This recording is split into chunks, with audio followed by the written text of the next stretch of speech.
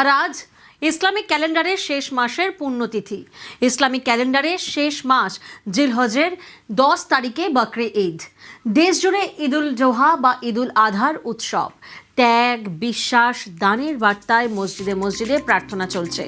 নতুন পোশাকে নামাজ আদায়, 8 থেকে 80, কোলাকুলি থেকে পেট পুজো।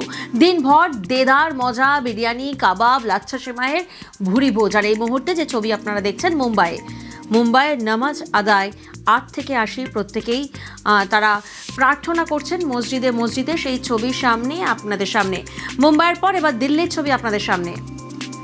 দেশ জুড়ে ঈদুল জোহা বা ঈদুল আধার উৎসব, ত্যাগ, বিশ্বাস, দানের বার্তায় মসজিদে মসজিদে প্রার্থনা চলছে সকাল থেকেই।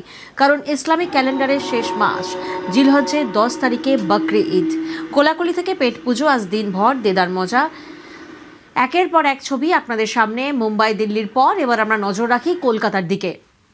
ব্রিগেডের ছবি আপনাদের সামনে। ঈদের নামাজ আজ ব্রিগেডে, রেড রোডের বদলে ময়দানে নামাজ পড়ছেন, প্রার্থনা করছেন প্রত্যেকেই। এবার আর রেড রোডে নামাজ নয়, ব্রিগেডের থেকে ঠিক কী ছবি? প্রতিনিধি বিশ্বজিৎ আমাদের সঙ্গে রয়েছেন, সরাসরি বিশ্বজিতের কাছে যাব। বিশ্বজিৎ, আজ রেড রোড নয়, ব্রিগেডের ময়দানে নামাজ আদায় 8 থেকে 80, আর তারা প্রার্থনা করছেন।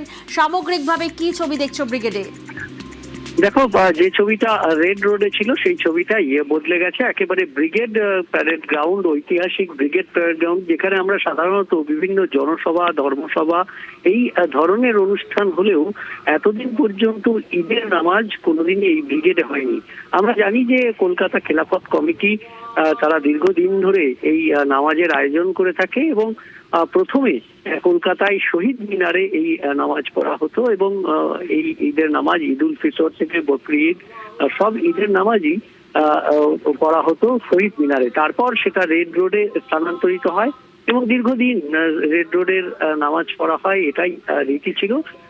এই রীতি এবার বদলে এবার ব্রিগেড প্যারেড গ্রাউন্ডে আরো খোলা ময়দান, আরো বেশি জায়গা, আরো বেশি ধর্মাবলম্বী যারা তারা এসে এই ঈদের নামাজে সামিল হতে পারবেন এবং সেই সুযোগকে আরো বড় করে দেওয়ার জন্যই এবার ঈদের নামাজ কলকাতা খেলাফত কমিটি তারা আয়োজন করেছে। এবং সেখানে আমরা দেখেছি যে প্রাক্তন রাজ্যের মন্ত্রী জাভেদ আহমেদ খান, যিনি কলকাতা খেলাফত কমিটির সঙ্গে যুক্ত, তিনিও এসেছেন, নামাজ পড়েছেন এবং আপামর জনসাধারণ যারাই এই নামাজে অংশগ্রহণ করেছেন সকলেই একটা বড় ময়দান এবং আরো খোলা জায়গা পেয়ে সকলেই স্বভাবত আজ ঈদের দিনে খুশি।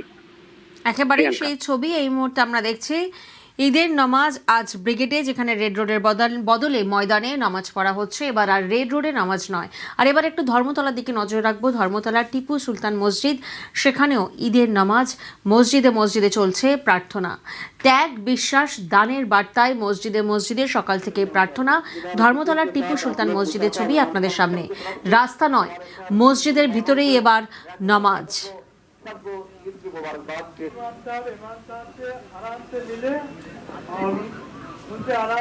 যে ছবি আপনারা দেখছেন ধর্মতলার ছবি, সেখানে দেখুন রাস্তায় নামাজ নয়, রাস্তা একেবারে ফাঁকা, শুনশান। নামাজ পড়া হচ্ছে মসজিদের ভিতরেই। আর এবার একটু হাওড়ার দিকে আমরা নজর রাখি। হাওড়ার বাঁকড়া, সেখানেও কিন্তু একই ছবি, অর্থাৎ রাস্তায় নামাজ নয়, ঈদের নামাজ এবার মসজিদের মাঠেই।